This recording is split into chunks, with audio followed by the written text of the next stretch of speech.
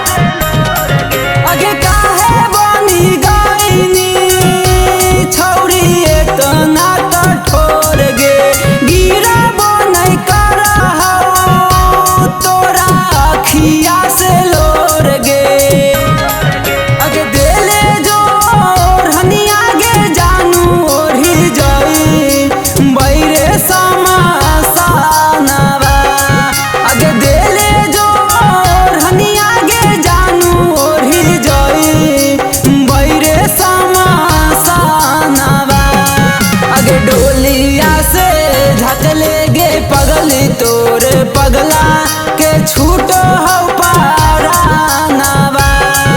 अगे डोलिया से झकले गे पगली तोर पगला के छूटो हो पारानवा।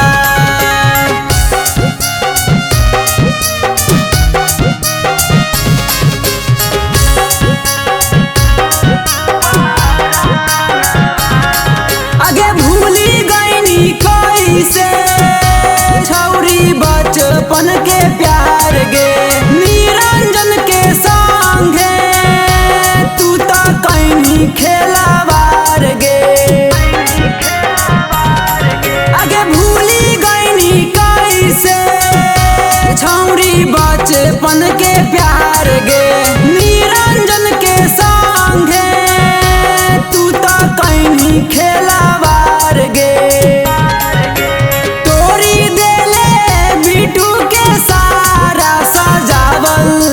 सोनारा मानवा अगे तोरी देले बिटू के सारा सजावल सोनारा मानवा। अगे डोलिया से झकले गे पगली तोर पगला के छूटो हो पारानवा। अगे डोलिया से झकले गे पगली तोर पगला के छूट